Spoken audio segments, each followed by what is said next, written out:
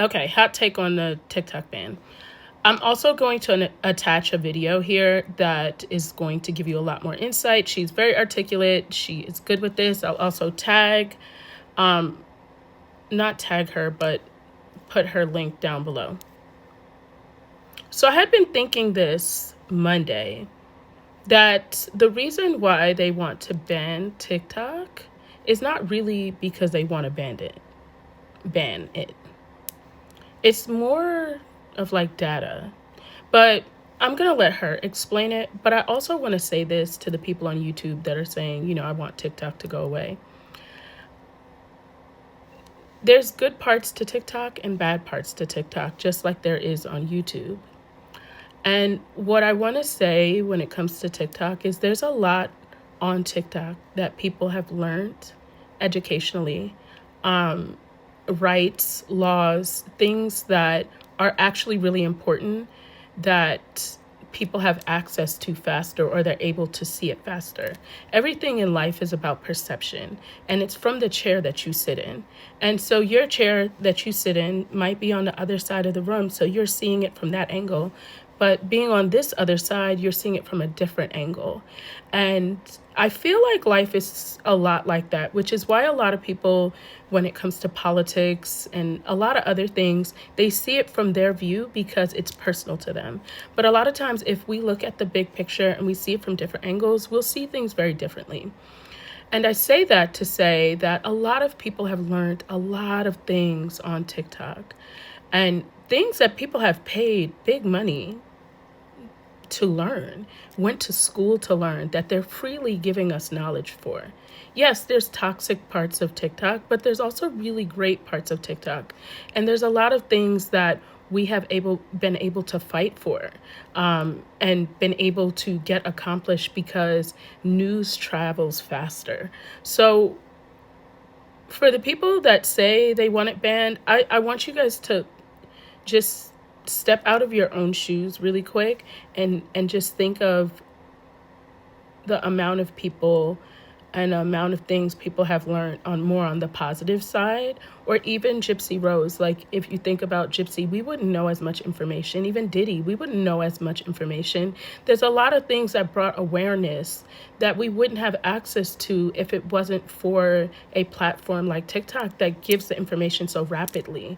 And I want people to think of the good things and not necessarily just the bad things, because there's same toxicity here on YouTube, just in a different format, and it doesn't show up on your algorithm as accessibly. Like, you kind of pick your algorithm a little more thoroughly on YouTube. And it's harder to also discover creators. I will say this: I was on I was on YouTube way before you guys discovered me. YouTube has been a platform that was very hard for me. And if it wasn't for TikTok, I wouldn't have made it here on YouTube. And I want to say that as well. There's always good and bad things to things. And when it comes to your FYP, if you're not interested in something, just hit I'm not interested. So it won't keep showing you something that you're not interested in if you're on TikTok and you find toxic things. But I just wanted to say that because I did see some of the comments, and I think a lot of what people hear, if they're not on TikTok, they hear the bad things, but they don't hear the positive aspect of TikTok. And I think that is very important to shed light on. As much as there's bad things, I do think, there needs to be light shed on the great things that people have learned. And also the advocacy. There's so much advocacy that's been on TikTok. There's so many things that we've been able to form. Even this protest, it's been easier to form it on TikTok because it's, people's attention spans are short, and it's getting pushed out, and people are rapidly seeing it. So there's a lot of things that I think people need to look outside of just their personal thoughts, because they don't really deal with the platform.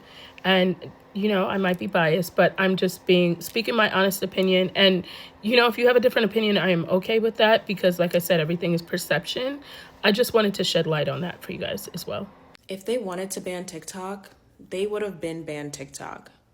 But they don't want to ban TikTok. They want TikTok. The stipulation is not on January 19th, we're going to ban TikTok.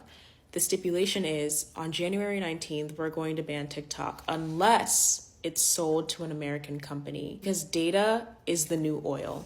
Data is currency. Your data, my data, all of this data that we are constantly feeding these algorithms that make them better and better and make these companies richer and richer is so lucrative. We are living during an autonomous technological revolution, and AI as a technology is literally changing the way that we all live at an exponential rate. When we analyze technology from an economic perspective, like the cost reduction framework, the purpose of all technology, in principle, is to reduce the cost of doing something by making it easier to do something, keeping in mind that cost is not all financial. There are effort costs, time costs, labor costs, etc. The invention of computer technology was extremely innovative because it reduced the cost of doing arithmetic. Before computers, there were job positions held by human people called computers, most of which were women, by the way, who solved complex arithmetic by hand using their brains. As you can imagine, this made the cost of doing arithmetic, i.e. the cost of computing, expensive because it relied on extremely skilled, highly specialized labor that was hard to come by. And so by reducing the cost of computing, by making it possible for machines to calculate ones and zeros instead of relying on humans to do it, we create opportunities to do things that we've never done quicker and faster, like fly planes or cook food on a stovetop without fire. The invention of Google technology made search cheaper. Before Google, we had to go to the library, a physical location where there were librarians who operated catalogs and databases of information. And so the process of searching and discovery and gaining knowledge was expensive because it took a lot of effort, a lot of labor, a lot of time, a lot of money. And so Google made the process and the cost of search practically nothing, which enables us to make discoveries and execute things in our lives a lot quicker and a lot easier. And so AI technology reduces the cost of prediction. It makes prediction cheap.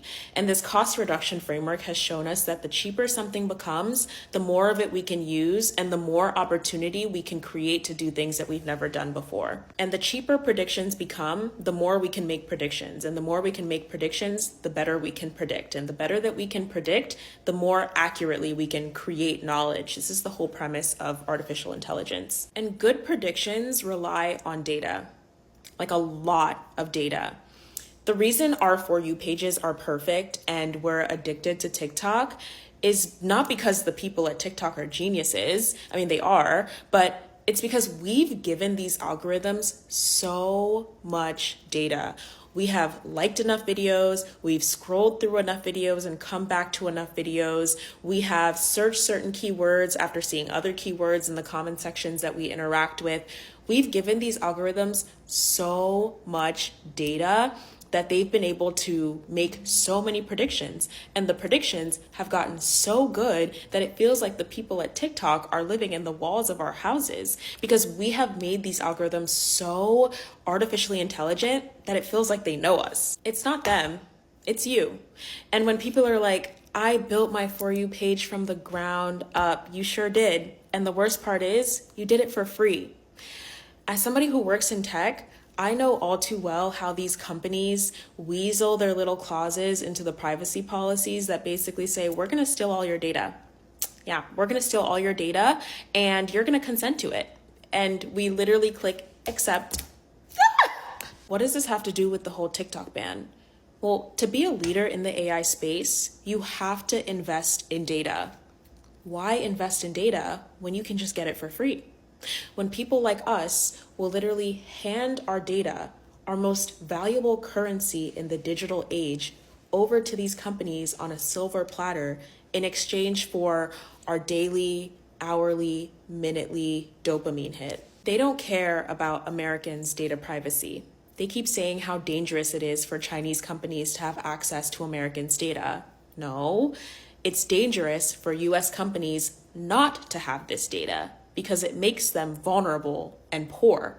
It's all about power and money. The more of our data that they can harness and the cheaper that they can do it, the richer that they become. Currently, most AI technology relies on assisted learning. It relies on feedback and data from humans to make accurate predictions. And the vision for AI technology is for it to be unassisted, for these algorithms to learn from themselves and not rely on any human feedback to get smarter and smarter. This is the whole discourse around AI getting too smart and taking over and blase, blase. But to even get to that point, it needs copious amounts of data. And where better to get that data than from the platform that has so much of it and for free? 170 million Americans use TikTok daily. And what's interesting about American data is that it's rich in the sense that the United States is so racially, culturally, ethnically, socioeconomically diverse that at times it can be a fairly good representative of the aggregate of the rest of the world, which is what makes this data in particular so lucrative. And so never mind the fact that we all love TikTok and we have so much fun and we express ourselves and we make money and we learn things, and there are parts of TikTok that unapologetically refute American propaganda. The US government isn't saying, we're going to ban TikTok because it's dangerous for it to be in the hands of the Chinese. They're saying, we want it. We want to be the ones to wield power over and make money off of our constituents, not you. And if that isn't greed, child, I don't know what is. I hope you all enjoyed that video. I think it gave a lot of insight. It was something that I had been thinking along those lines, not to that level, but it also gave me more insight on what I was already thinking. And I think it's interesting for you guys to see. I always feel like it's great for you guys to see all sides of the fence.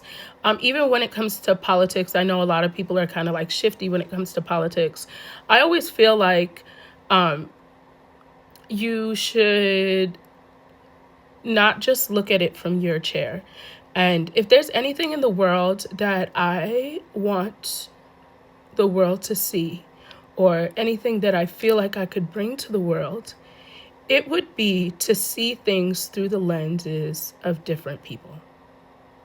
Because I feel like that sheds a lot of light on a lot of different situations and a lot of different things that a lot of times we think we're fighting for different things, but essentially we're fighting for the same thing, but we're looking at it from a different point of view. And that is one thing that I hope that I am able to bring to my channel and that you guys are able to see. That is something that I'm very passionate with, or for, is seeing things from different sides of the picture frame. You know, a lot of times we just see it from our point of view. And the older I've gotten is the more that I've realized is that we're more similar than we are not. But a lot of times we're not able to see that because we only see it from our chair instead of a bird's eye view. Bye-bye for now.